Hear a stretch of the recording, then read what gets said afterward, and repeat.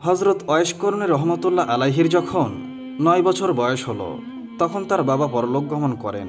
তাই বিধবা মাকে দেখাশোনা করার জন্য বাধ্য হয়ে তিনি তার বাবার কাপড়ের দোকানে ব্যবসার হাল ধরলেন।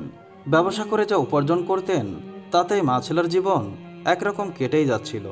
কিন্তু আল্লাহর ইচ্ছা বোঝা কঠিন। একদিন ভোরবেলা তিনি দোকানে গিয়ে দেখলেন দোকানের সমস্ত জিনিসপত্র কারা যেন চুরি করে নিয়ে গেছে। খবর পেয়ে তার মাও দোকানে আসলেন। তার মা দোকানের এই অবস্থা থেকে বললেন, বাবা ওয়াইস, আমাদের এবার কি হবে? কি করে দিন চলবে আমাদের? তখন বালক ওয়াইস তার মাকে সান্ত্বনা দিয়ে বললেন, আম্মাজান, আল্লাহ তাআলা যা করেন ভালোর জন্যই করেন। অতঃপর বালক ওয়াইস করনী রহমতুল্লাহ আলাইহি এক ধনী প্রতিবেশীর ভেড়া চড়ানোর কাজে নিযুক্ত হলেন। প্রতিদিন তিনি ভেড়ার পাল নিয়ে মাঠে যেতেন, সারাদিন ভেড়াগুলো চড়াতেন, আর ক্লান্ত হলে গাছের ছায়ায় বসে বিশ্রাম নিতেন।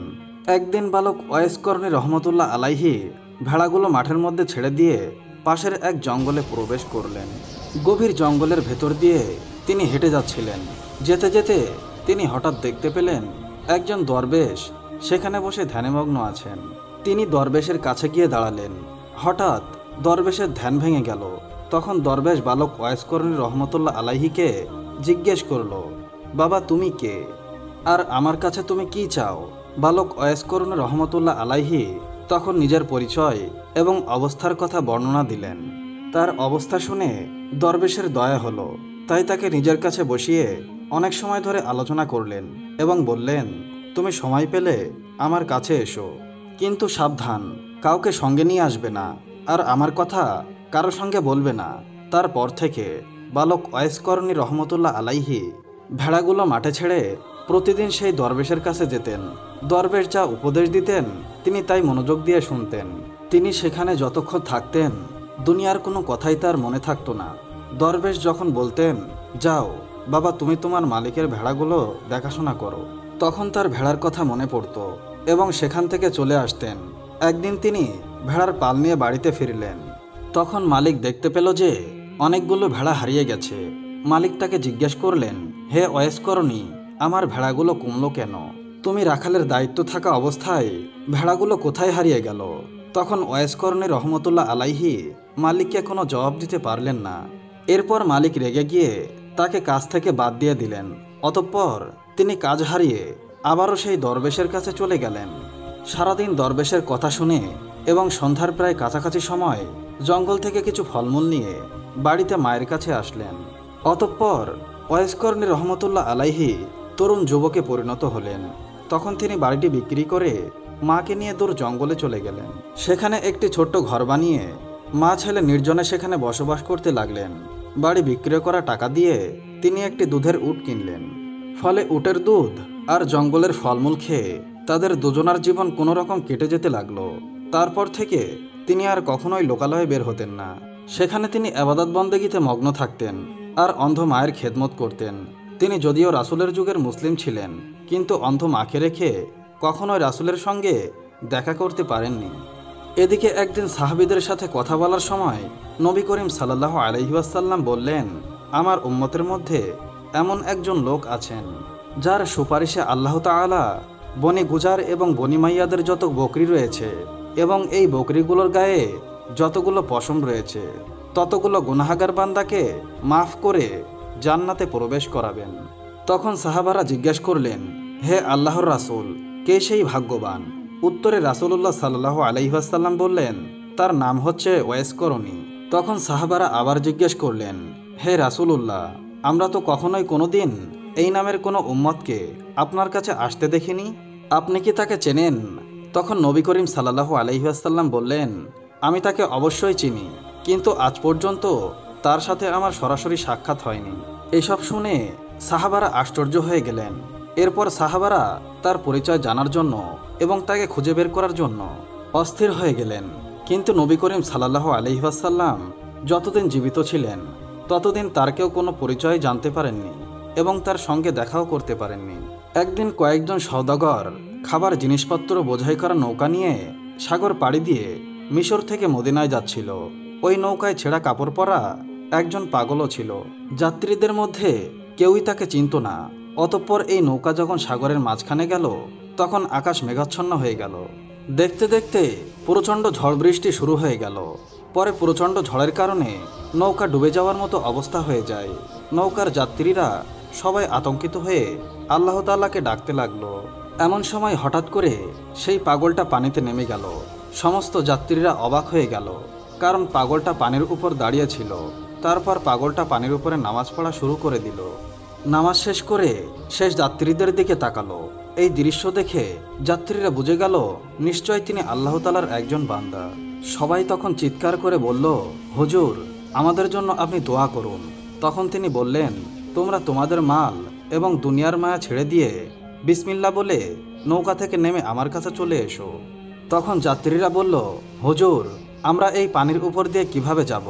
তখন তিনি রেগে গিয়ে বললেন, তোমরা আর দেরি না করে তাড়াতাড়ি নৌকা থেকে নেমে এসো। তখন যাত্রীরা মনে মনে ভাবল, এমনিতেই তো আমাদের মরতে হবে, পানিতে নামলেও মরতে হবে, না নামলেও মরতে হবে, তার চেয়ে তার কথা শুনে দেখি কি হয়। এইভাবে তারা সবাই নৌকা থেকে পানিতে নেমে পড়ল। কিন্তু আশ্চর্যের বিষয়, তাদের মনে হচ্ছিল তারা যেন মাটিতে দাঁড়িয়ে আছে, কেউ তলিয়ে যাচ্ছিল না। ফলে তারা হেঁটে হেঁটে পানির উপর দিয়ে তার কাছে গিয়ে দাঁড়ালো। সঙ্গে সঙ্গে সেই নৌকাটি মালামাল সহ পানির মধ্যে তলিয়ে গেল। তখন বুজুর্গ সবাইকে উদ্দেশ্য করে বললেন, তোমরা সবাই টাকা পয়সা এবং মালামালের আশা ছেড়ে দিয়েছ বলে জীবনে বেঁচে গেলে। যদি লোভ সামলাতে না পেরে নৌকায় থাকতে, তাহলে তোমরা সবাই তলিয়ে যেতে। অতঃপর তারা সবাই পানির উপর দিয়ে হেঁটে হেঁটে সমুদ্রের এক কিনারায় যেয়ে উঠলেন। তখন যাত্রীরা সবাই সেই বুজুর্গকে বললেন, হুজুর, দয়া করে যদি আপনার পরিচয় দিতেন তাহলে আমরা খুশি হতাম। তিনি বললেন, আমার নাম ওয়াইস করনি, ইয়ামেন প্রদেশের করুন নামের গ্রামের বাসিন্দা আমি। তখন যাত্রীরা বলল, হুজুর, মদিনায় দুর্ভিক্ষ দেখা দিয়েছে।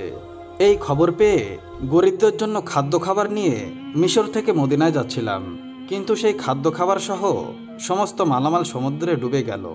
এখন আমরা এই গরিবদের জন্য কি খাবার দেব? তখন ওয়াইস করনি রহমতুল্লাহ আলাইহি বললেন, নৌকার মালপত্র এবং সমস্ত খাদ্য খাবার যদি তোমরা ফিরে পাও, তাহলে কি সত্যিই তোমরা মদিনায় গিয়ে ওগুলো গরিবদের দেবে? তখন তারা বলল, জি হুজুর, গরিবদের সাহায্য করার জন্যই তো আমরা মিশর থেকে আসলাম। তখন ওয়াইস করনি রহমতুল্লাহ আলাইহি 2 রাকাত নামাজ পড়ে মোনাজাত করে আল্লাহর কাছে কি যেন বললেন। অতঃপর ওয়াইস করনি রহমতুল্লাহ আলাইহি তাদেরকে বললেন, ওই যে দেখো, তোমাদের নৌকা খাদ্য খাবার সমস্ত মালামাল সহ সমুদ্রে ভেসে রয়েছে, তোমরা যাও, তাড়াতাড়ি নৌকা নিয়ে মদিনায় চলে যাও। তারা অবাক হয়ে তাকিয়ে দেখল সত্যি সত্যি মালভর্তি নৌকাটি সমুদ্রের তীরে ভেসে রয়েছে। অতঃপর তারা ওয়াইস করনির দিকে ফিরে তাকালো, কিন্তু সে পর্যন্ত ওয়াইস করনি আর সেখানে ছিলেন না। চোখের পলকের মুহূর্তের মধ্যে তিনি কোথায় যেন অদৃশ্য হয়ে গেলেন। অতএব হজরত ওমর রাদিয়াল্লাহু তাআলা আনহু-এর খেলাফতের সময় হজরত ওমর ফারুক রাদিয়াল্লাহু তাআলা আনহু এবং হজরত আলী রাদিয়াল্লাহু তাআলা আনহু একদিন কুফা নগরীতে এলেন। হজরত ওমর কুফার একটি মসজিদে উপস্থিত হয়ে মুসল্লিদের উদ্দেশ্য করে বললেন, হে কুফা নগরের অধিবাসীরা, আপনাদের মধ্যে কেউ কি ওয়াইস করনিকে চেনেন? মুসল্লিদের মধ্যে কয়েকজন উত্তর দিলেন, না হুজুর, আমরা ওয়াইস করনি নামে কাউকে চিনি না। তখন হজরত ওমর আবার বললেন, আপনাদের মধ্যে কেউ যদি কোরআন এলাকার বাসিন্দা থাকেন, দয়া করে উঠে দাঁড়ান। তখন একজন উঠে দাঁড়ালো। হজরত ওমর তাকে জিজ্ঞাসা করল, আপনি কি ওয়াইস করনিকে চেনেন? লোকটি তখন বলল, হুজুর, আমি ওয়াইস করনি নামে যাকে চিনি সে তো একজন পাগল। সে জঙ্গলে থাকে, জঙ্গলের মধ্যে উট চড়িয়ে বেড়ায়, অত্যন্ত আজব মানুষ তিনি। লোকেরা যখন হাসে তখন তিনি কাঁদে, আর লোকেরা যখন কাঁদে তখন তিনি হাসে। এই কথা শুনে হজরত ওমর রাদিয়াল্লাহু তাআলা আনহু এবং হজরত আলী রাদিয়াল্লাহু তাআলা আনহু লোকটাকে সঙ্গে নিয়ে তাকে খোঁজার জন্য বের হলেন। অনেক খোঁজাখুঁজির পর তারা দেখলেন একজন লোক একটি গাছের নিচে দাঁড়িয়ে নামাজ পড়ছেন, পাগলের মতো তার চেহারা। তখন ওমর ফারুক রাদিয়াল্লাহু তাআলা আনহু এবং হজরত আলী রাদিয়াল্লাহু তাআলা আনহু সেই গাছের কাছে গিয়ে চুপচাপ দাঁড়িয়ে রইলেন। অতঃপর হজরত ওয়াইস করনি রহমতুল্লাহ আলাইহি নামাজ শেষ করে তাদের দিকে ফিরে তাকালেন। তখন হজরত ওমর রাদিয়াল্লাহু তাআলা আনহু তাকে সালাম দিলেন, তিনিও তাদের সালামের জবাব দিলেন। অতঃপর হজরত ওমর ফারুক রাদিয়াল্লাহু তাআলা আনহু তাকে জিজ্ঞাসা করলেন, আপনি দয়া করে আপনার পরিচয় দিন। তখন ওয়াইস করনি রহমতুল্লাহ আলাইহি বললেন, আমি আব্দুল্লাহ। তখন হজরত ওমর রাদিয়াল্লাহু তাআলা আনহু বললেন, আমরা সবাই তো আব্দুল্লাহ অর্থাৎ আল্লাহর বান্দা। আমি আপনার বাবা মায়ের দেওয়া নামটি জানতে চাই। তখন তিনি বললেন, আমার বাবা মা আমার নাম রেখেছিল ওয়াইস, কিন্তু লোকেরা আমাকে ওয়াইস করণী বলে ডাকত। তখন হজরত ওমর ফারুক রাদিয়াল্লাহু তাআলা আনহু বললেন, হুজুর, আপনি দয়া করে আপনার ডান হাতটি দেখাবেন কি? তখন ওয়াইস করণী রহমতুল্লাহ আলাইহি তার ডান হাতটি এগিয়ে দিলেন। তারা দুজনেই তার হাতের তালুতে দিরহাম আকারের একটি দাগ দেখতে পেলেন। তারপর তারা তাদের দুজনের পরিচয় দিয়ে বললেন, প্রিয় নবী হজরত মুহাম্মদ সাল্লাল্লাহু আলাইহি ওয়াসাল্লাম তার ইন্তেকালের আগে তার প্রিয় উম্মতের আকৃতির কথা আমাদের সঙ্গে বলে গিয়েছেন। আমরা আপনার চেহারার আকৃতি এবং ডান হাতে থাকা দাগ দেখে বুঝলাম নবী করিম সাল্লাল্লাহু আলাইহি ওয়াসাল্লাম তার ইন্তেকালের আগে যে বুজুর্গ উম্মতের কথা বলে গিয়েছিলেন, আপনি সেই ব্যক্তি, আপনি সেই ওয়াইস করণী। হে প্রিয় হজরত মুহাম্মদ সাল্লাল্লাহু আলাইহি ওয়াসাল্লাম স্বয়ং আপনাকে সালাম জানিয়েছেন এবং তার দেহের পবিত্র জুব্বা মোবারক আপনাকে দেওয়ার জন্য আদেশ করেছেন, আর বলে গিয়েছেন আপনি যেন তার উম্মতের জন্য দোয়া করেন। তখন ওয়াইস করণী রহমতুল্লাহ আলাইহি বললেন, দোয়া করার জন্য আপনারাই সব থেকে উপযুক্ত ব্যক্তি, কারণ আপনারা আল্লাহ তাআলা এবং স্বয়ং রাসূলের প্রিয় পাত্র। তখন হজরত ওমর রাদিয়াল্লাহু তাআলা আনহু বললেন, আমরা তো নবী করিম সাল্লাল্লাহু আলাইহি ওয়াসাল্লামের উম্মতের জন্য দোয়া করেই থাকি, তবুও আপনি নবী করিম সাল্লাল্লাহু আলাইহি ওয়াসাল্লামের অনুরোধ রক্ষা করুন। তখন ওয়াইস করণী বললেন, হে খলিফা ওমর, আপনি হয়তো ভুল করছেন। রাসূল সাল্লাল্লাহু আলাইহি ওয়াসাল্লাম হয়তো অন্য কোনো ওয়াইস করণীর কথা বলেছেন, কারণ রসুলের সাথে আমার কোনো দিন সাক্ষাৎ হয়নি, এমনকি তার দেহের পবিত্র জুব্বা মোবারক গ্রহণ করার আমার কোনো যোগ্যতাই নেই। তখন হজরত ওমর রাদিয়াল্লাহু তাআলা আনহু বললেন, না হুজুর, আমি একটুও ভুল বলিনি। যে নিদর্শনের কথা বলে গিয়েছেন তার প্রত্যেকটি আপনার মধ্যে আমি দেখতে পেয়েছি, সুতরাং আমার মনে এই কথা বলতে বিন্দুমাত্র সন্দেহ নেই যে আপনাকে রাসূল সাল্লাল্লাহু আলাইহি ওয়াসাল্লাম তার পবিত্র দেহের জুব্বা দান করে বলে গিয়েছেন। তখন ওয়াইস করণী রহমতুল্লাহ আলাইহি বললেন, বেশ, তাহলে রাসূল সাল্লাল্লাহু আলাইহি ওয়াসাল্লামের দেহের জুব্বা মোবারক আমাকে দিন, সেই জুব্বা পরিধান করে সমস্ত উম্মতের জন্য দোয়া করি। তখন হজরত ওমর ফারুক রাদিয়াল্লাহু তাআলা আনহু ওয়াইস করণীর হাতে পবিত্র জুব্বা মোবারক তুলে দিলেন।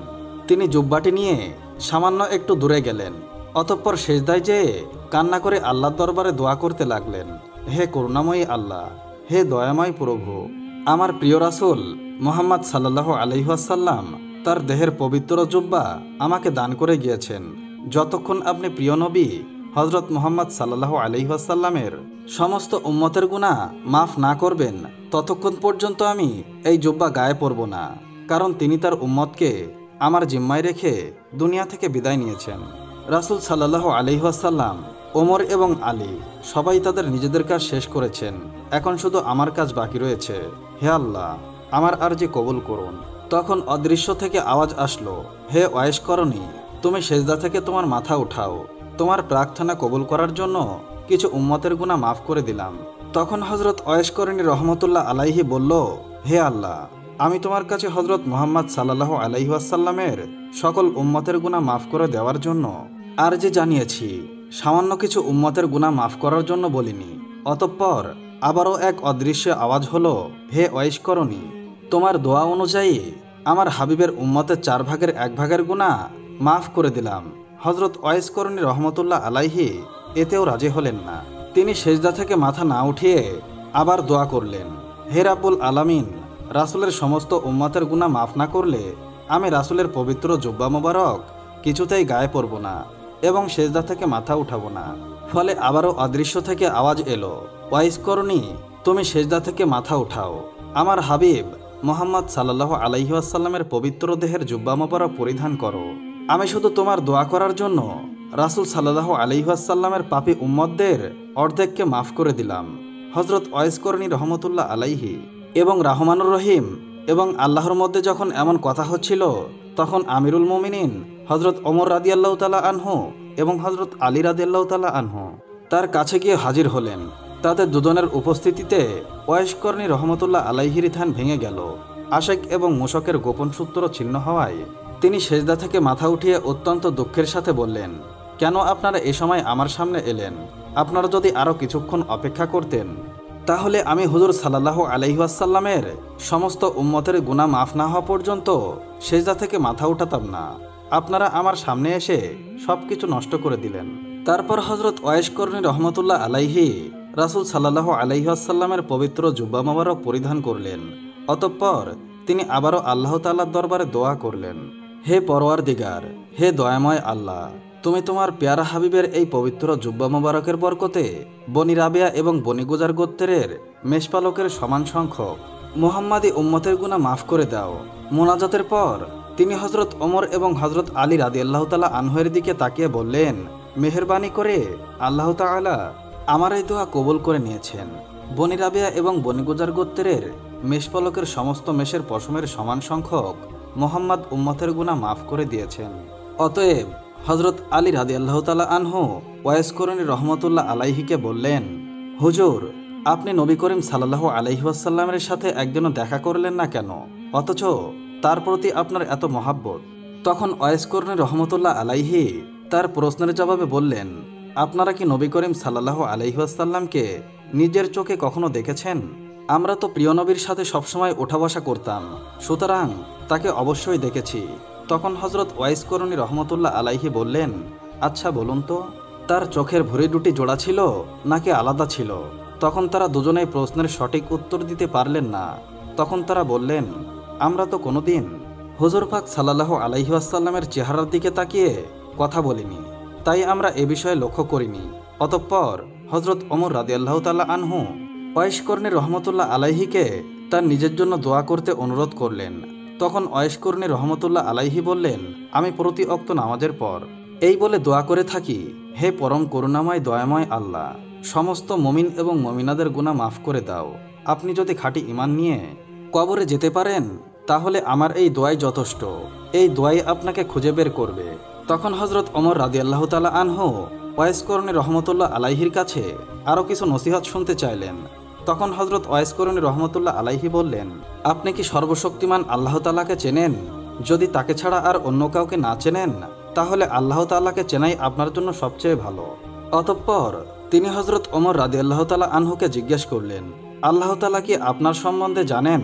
তখন হজরত ওমর রাদিয়াল্লাহু তাআলা আনহু বললেন, তিনি আলিমুল গায়েব, নিশ্চয় তিনি আমার সম্বন্ধে সবকিছুই জানেন। তখন হজরত ওয়াইস করনী রহমতুল্লাহ আলাইহি বললেন, তিনি ছাড়া আর কেউ যদি আপনাকে না জানে না চেনে তাহলে সেটাই আপনার জন্য ভালো।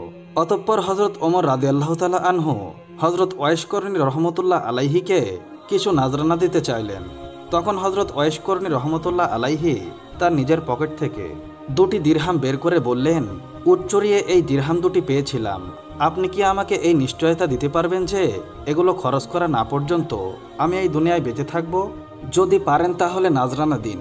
আমি নিজে কিন্তু বিশ্বাস করতে পারছি না যে এই দিরহাম 2টি খরচ করতে আমি পারবো, হয়তো তার আগেই এই দুনিয়া ছেড়ে আমাকে চলে যেতে হবে। অতঃপর কিছুক্ষণ চুপ থাকার পর হজরত ওয়াইস করনী রহমতুল্লাহ আলাইহি তাদেরকে বললেন, আপনারা দুজন অনেক কষ্ট করে আমার সাথে দেখা করতে এসেছেন, দেখা তো হয়ে গেল, এখন আপনারা ফিরে যান। কিয়ামত খুব নিকটবর্তী, সেদিন আমার আপনাদের সাথে আবার দেখা হবে। অতঃপর হজরত ওয়াইস করনী রহমতুল্লাহ আলাইহি তাদের দিকে থেকে মুখ ফিরিয়ে নিলেন এবং আল্লাহ তাআলার ইবাদতে মগ্ন হলেন। হজরত ওমর এবং হজরত আলী রাদিয়াল্লাহু তাআলা আনহু তখন বুঝতে পারলেন যে তার সাথে আর কথা বলার সুযোগ হবে না, সুতরাং তারা সেখান থেকে চলে এলেন। অতঃপর দীর্ঘদিন অতিবাহিত হওয়ার পর হজরত ওয়াইস করনী রহমতুল্লাহ আলাইহি নবী করিম সাল্লাল্লাহু আলাইহি ওয়াসাল্লামের পবিত্র রওজা মোবারক জিয়ারতের জন্য মদিনা শরীফে আসলেন। মদিনায় সাহাবাগণ তখন ওয়াইস করনী রহমতুল্লাহ আলাইহিকে জিজ্ঞাসা করলেন, আপনি প্রিয় নবী হজরত মুহাম্মদ সাল্লাল্লাহু আলাইহি ওয়াসাল্লামের পবিত্র রওজা মোবারক জিয়ারত করার জন্য এসেছেন, কিন্তু তিনি বেঁচে থাকতে তো একবারও আপনি দেখা করার জন্য আসেননি, এর কারণ কি? তাদের জবাবে হজরত ওয়াইস করনী রহমতুল্লাহ আলাইহি বললেন, আমার বৃদ্ধা অচল অন্ধমাকে ছেড়ে ইচ্ছা থাকার সত্ত্বেও আমি আসতে পারিনি। তখন সাহাবারা বলল, আমাদের সবার তো পিতামাতা ছিলেন, কিন্তু আমরা তো আমাদের পিতামাতার চেয়ে নবী করিম সাল্লাল্লাহু আলাইহি ওয়াসাল্লামকে মন প্রাণ দিয়ে বেশি ভালোবাসতাম।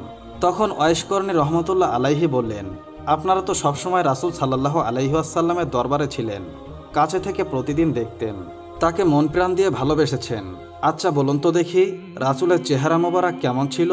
তখন সাহাবাগণ রাসূল সাল্লাল্লাহু আলাইহি ওয়াসাল্লামের চেহারা মোবারকের কিছু কিছু বর্ণনা দিতে শুরু করলেন। এটা শুনে হজরত ওয়াইস করণী রহমতুল্লাহ আলাইহি বললেন, আপনারা তো এতক্ষণ যা বললেন এটা তো শুধু বাইরের এক টুকরো কথা, কিন্তু তার বাতেনি আকৃতির কথা তো কিছুই বলেননি। সাহাবাগণ তখন কোনো জবাব দিতে না পেরে বললেন, হুজুর তাহলে আপনি বলুন। তখন ওয়াইস করণী রহমতুল্লাহ আলাইহি রাসূল সাল্লাল্লাহু আলাইহি ওয়াসাল্লামের আকৃতির এমন বর্ণনা দিলেন যে সাহাবাগণ কেউ তার কোনো কথার অস্বীকার করার সুযোগ পেলেন না। তার বর্ণনা শুনে সাহাবাগণ নতুন করে নবীজিকে দেখতে পেলেন। তখন তারা সবাই কেঁদে ফেললেন। অতঃপর তিনি পবিত্র রওজা মোবারক জিয়ারত করতে গেলেন। রাসূল সাল্লাল্লাহু আলাইহি ওয়াসাল্লামের মহব্বতে হযরত ওয়াইস করণী রহমতুল্লাহ আলাইহি কাঁপতে কাঁপতে পবিত্র রওজা মোবারকের পাশেই বেহুশ হয়ে পড়লেন। কিছুক্ষণ পর হুঁশ ফিরলে জিয়ারত শেষ করে পাশের লোকজনদের বললেন, দয়া করে আপনারা আমাকে ধরুন এবং মদিনার সীমানার বাইরে রেখে আসুন। এই জায়গায় মাটিতে আল্লাহর রসুল সাল্লাল্লাহু আলাইহি ওয়াসাল্লামের পবিত্র দেহ মোবারক শুয়ে আছে। সেখানে পা রেখে আমি দাঁড়াতে পারছি না। বেয়াদবের ভয়ে আমার সারা শরীর থরথর করে কাঁপছে। হজরত আদম আলাইহি ওয়াসাল্লাম হলেন আমাদের আদি পিতা। তিনি দুনিয়ায় আগমনের আগে এই দুনিয়ায় কি ছিল তা জানার জন্য অনেকেরই আগ্রহ আছে। আজ আমি কুরআন এবং হাদিসের আলোকে সেই বিষয়টি আপনাদের সামনে উপস্থাপন করার চেষ্টা করব ইনশাআল্লাহ।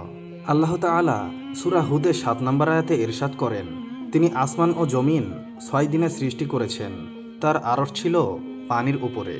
ইমাম আহমদ বিন হাম্বাল রহমতুল্লাহ আলাইহি আবু রাজিন আকিলি সূত্রে বর্ণনা করেন, তিনি নবীজিকে প্রশ্ন করেছিলেন, হে রাসূল সাল্লাল্লাহু আলাইহি ওয়াসাল্লাম, আসমান ও জমিন সৃষ্টির আগে আমাদের পারওয়ারদিগার কোথায় ছিলেন? তিনি বললেন, আমাতে ছিলেন, অর্থাৎ তখন আল্লাহ ছাড়া আর কিছুই ছিল না।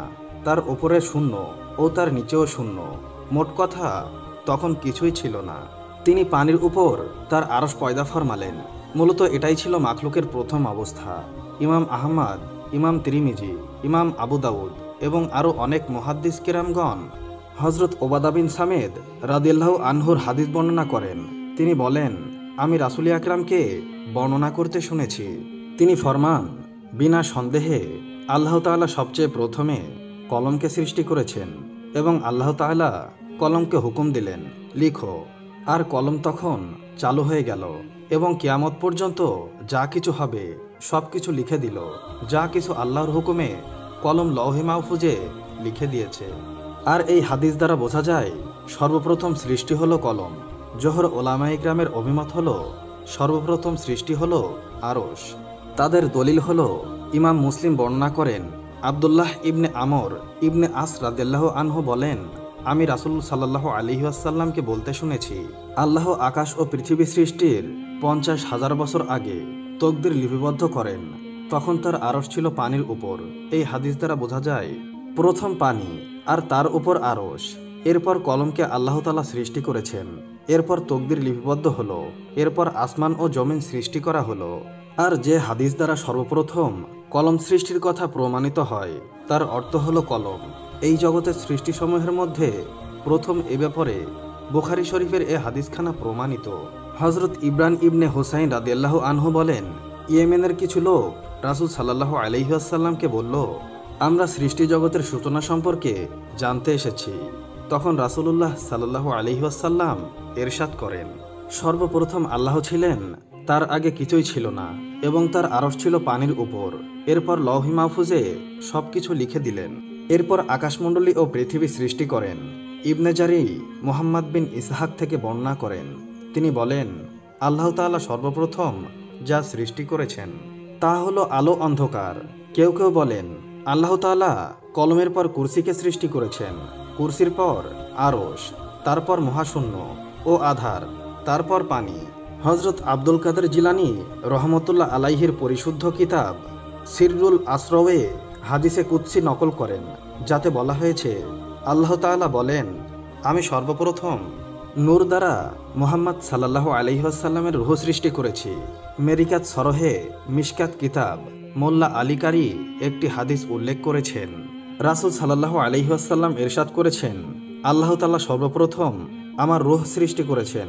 জমহুর ওলামায়ে কিরামের মতামতগুলি আপনাদের সামনে উপস্থাপন করলাম। বিশুদ্ধ বর্ণনা অনুসারে যে ৬ দিনে জগৎ সৃষ্টি করা হয়েছে তা রবিবার থেকে শুরু হয়ে শুক্রবার, শনিবারে জগৎ সৃষ্টির কাজ করা হয় না। এই 6 দিনের কার্যাবলী নিয়ে বিস্তারিত আলোচনা সূরা হামিম সিজদার 9ম ও 10ম আয়াতে রয়েছে। রবি ও সোমবার এই 2 দিনে পৃথিবী সৃষ্টি করা হয়েছে। মঙ্গল ও বুধবার ভূমণ্ডলের সাজ সরঞ্জাম, পাহাড়, নদী, খনিবৃক্ষ, সৃষ্টিজীবের পানাহারের বস্তু সৃষ্টি করা হয়েছে। বৃহস্পতি ও শুক্রবার 7 আকাশ সৃষ্টি করা হয়েছে। এক রেওয়ায়াতে আছে, আল্লাহ তাআলা শনিবারে মাটি সৃষ্টি করেন, রবিবার জমিনে পাহাড়, সোমবার গাছপালা, মঙ্গলবার বিপদ আপদ, মুসিবত, রোগ ব্যাধি, বুধবার নূর, বৃহস্পতিবার জমিনে চতুষ্পদ জন্তুদের ছেড়ে দিলেন, আর শুক্রবার আসর থেকে মাগরিবের আগে হজরত আদম আলাইহিসসালামকে সৃষ্টি করেন। এই থেকে বোঝা যায় সৃষ্টির মধ্যে শেষ সৃষ্টি হল হজরত আদম আলাইহিসসালাম। মানবজাতের সৃষ্টির আগে ফেরেশতা ও জিন সৃষ্টি হয়েছিল। আকাশ দ্বারা সৃষ্টির মধ্যে প্রথম নাম্বার হলো ফেরেশতা, দ্বিতীয় নাম্বার হলো জিনদের, আর শেষ নাম্বার হলো মানুষ জাতি। এই ব্যাপারে সূরা হিজরের 26 ও 27 নম্বর আয়াতে রয়েছে, আমি মানবকে পচা কাদা থেকে তৈরি বিশুষ্ক ঠনঠনে মাটি দ্বারা সৃষ্টি করেছি এবং জিনকে এর আগে লোয়ের আগুন দ্বারা সৃষ্টি করেছি।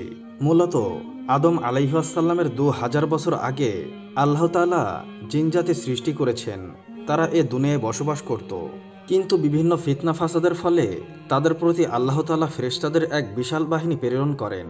ফেরেশতারা তখন জিনেদের জবরদস্ত মারপিট করেন, আর এতে জিনজাতি বন জঙ্গল ও সমুদ্রে আশ্রয় গ্রহণ করে।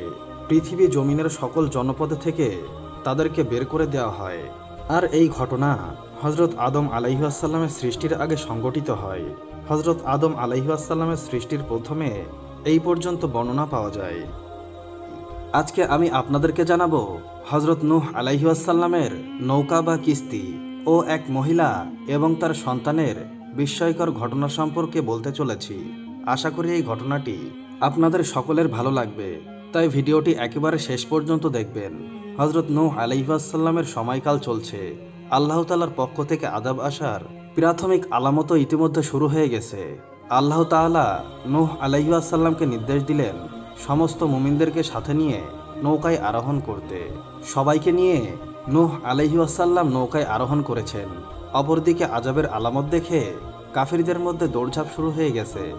যারা এতদিন তাকে নৌকা তৈরি করতে দেখে ঠাট্টা বিদ্রূপ ও উপহাস করেছিল, তাদের চক্ষু এখন ছানা বড়া এবং কিং কর্তব্য বিমূঢ় হয়ে গেছে। কি করবে কিছুই ভেবে পাচ্ছে না। বন্যার পানি ক্রমেই বাড়তে লাগলো। কাফিরদের সবার মধ্যে ভীতির সঞ্চার হয়ে গেছে। দৌড়াদৌড়ি শুরু করে দিয়েছে, যে যেদিকে পারছে পানি থেকে বাঁচার জন্য পৃথিবীর উঁচু উঁচু জায়গাসমূহে আশ্রয় নিচ্ছে। নূহ আলাইহিসসালাম তার সাথী ইমানদারগণদেরকে নিয়ে ইতোমধ্যে নৌকায় আরোহণ করেছেন। উঁচু উঁচু ঢেউয়ের মধ্যে নৌকা ছুটে চলেছে আপন গতিতে। কুরআনের ভাষায় বলতে গেলে পাহাড় সমান ঢেউয়ের মধ্যে নৌকা চলছে। নূহ আলাইহিসসালাম দূরে দেখতে পেলেন তার কাফির সন্তান কেনান কিংবা ইয়ামকে। তার মনে পিতৃসুলভ দয়ার উদ্রেক হলো। সন্তানের প্রতি দয়াময়ের বহির্প্রকাশ স্বরূপ সন্তানকে ডেকে বললেন, হে আমার কলিজার টুকরা সন্তান, ইসলাম গ্রহণ করে আমাদের সাথে নৌকায় আরোহণ করো, কাফিরদের সাথে আর থেকো না। সে জবাবে বলল, আমি পাহাড়ের চূড়ায় আরোহণ করব, পাহাড় আমাকে পানি থেকে বাঁচাবে। তখন নূহ আলাইহিসসালাম বললেন, আজকে আল্লাহ তাআলার এই আযাব থেকে কেউ নিস্তার পাবে না। তবে আল্লাহ তাআলা কারো উপর যদি দয়া করেন তাহলে তার কথা আলাদা। এমতো অবস্থায় বিশাল এক ঢেউ এসে তাদের উভয়ের মাঝে বিচ্ছেদ ঘটিয়ে দিল এবং নূহ আলাইহিসসালামের চোখ থেকে ছেলেকে আড়াল করে ডুবিয়ে দিল। পিতার চোখের সামনে ছেলেকে ডুবিয়ে না দিয়ে আল্লাহ তাআলা বিশাল ঢেউ দিয়ে আড়াল করে দিয়ে তাকে ধ্বংস করে দিলেন। এই জন্য ইসলামী স্কলাররা বলে থাকেন, শিক্ষক যদি কোনো কারণে ছাত্রকে শাস্তি প্রদান করতে হয় তাহলে আদব হলো পিতামাতার চোখের আড়ালে শাস্তি প্রদান করা। পিতামাতার চোখের সামনে শাস্তি প্রদান করা ঠিক নয়, তবে কঠোর শাস্তি সর্ব অবস্থায় নিষিদ্ধ। নূহ আলাইহিসসালামের সময়কার এ আযাবে নারী শিশুসহ যুবক বৃদ্ধ সকল কাফির ডুবে মারা গেল। নিরপরাধ শিশুও সেই শাস্তি থেকে রেহাই পেল না। কেননা আল্লাহ তাআলার নিয়ম হলো, কোনো সমাজে যদি আল্লাহ তাআলার ক্রোধ তথা গজবের কারণে আযাব চলে আসে তাহলে সেই আযাব কখনো চেয়ে দেখবে না যে কে আল্লাহর ইবাদত করে বা কে করে না, বরং সবার উপরই আযাব নেমে আসবে। একজন কাফির মহিলার কোলে ছিল দুগ্ধপোষ্য শিশু। মায়ের দুধ খেয়ে তার কোলে লালিত পালিত হচ্ছিল। মা তার সন্তানটিকে খুবই ভালোবাসে। নূহ আলাইহিসসালামের কমের উপর আযাব আসায় সে দুশ্চিন্তায় পড়ে গেল। নিজের জীবন চলে গেলেও আমার সন্তান যেন ভালো থাকে। পানি বাড়তে থাকায় সে সন্তানকে নিয়ে চলে গেল পাহাড়ের চূড়ায়। তারপর কিছুটা স্বস্তি পেল। মনটা প্রবোধ দিল এই ভেবে যে সন্তানটির জীবন বিপন্ন হবে না, পানি এতদূর পর্যন্ত আসবে না। কিন্তু পাহাড়ের চূড়ায়ও যখন পানি পৌঁছে গেল, সন্তানকে বুকের সাথে জড়িয়ে ধরে রাখল। পানি বুক পর্যন্ত উঠে গেল। সন্তানকে নিজের কাঁধে তুলে নিল। আস্তে আস্তে সন্তানকে উপরের দিকে তুলে রেখেছে যেন সন্তানটি মারা না যায়। পানি গলা পর্যন্ত উঠে গেলে সন্তানটিকে দুই হাতে মাথার উপরে তুলে ধরল। পানি আরও বেড়ে গেল। সে নিজে মারা গেল এবং তার সন্তানটিও মারা গেল। আজকের এই ভিডিওতে আমরা আপনাদেরকে জানাবো হযরত মুহাম্মদ সাল্লাল্লাহু আলাইহি ওয়াসাল্লাম এবং বিবি আয়েশা রাদিয়াল্লাহু তাআলা আনহার শিক্ষণীয় ঘটনা সম্পর্কে বলতে চলেছি, যা শুনে আপনার মন ছুঁয়ে যাবে ইনশাআল্লাহ। একদিন হযরত মুহাম্মদ সাল্লাল্লাহু আলাইহি ওয়াসাল্লাম বিবি আয়েশা রাদিয়াল্লাহু তাআলা আনহাকে ডেকে জিজ্ঞেস করলেন, হে আয়েশা, আজকে আমি অনেক খুশি। তুমি আমার কাছে যা চাইবে আমি তাই দেব। বলো তুমি কি চাও? হযরত আয়েশা রাদিয়াল্লাহু তাআলা আনহা চিন্তায় পড়ে গেলেন। হঠাৎ করে তিনি এমন কি চাইবেন? আর যা মনে চাই তা তো চাইতে পারবেন না। যদি কোনো ভুল কিছু চেয়ে বসেন আর নবীজি যদি কষ্ট পেয়ে যান, এমন অনেক প্রশ্নই মনে জাগতে লাগলো। আয়েশা রাদিয়াল্লাহু তাআলা আনহা নবীজিকে বললেন, আমি কি আব্বুর কাছ থেকে কিছু পরামর্শ নিতে পারি?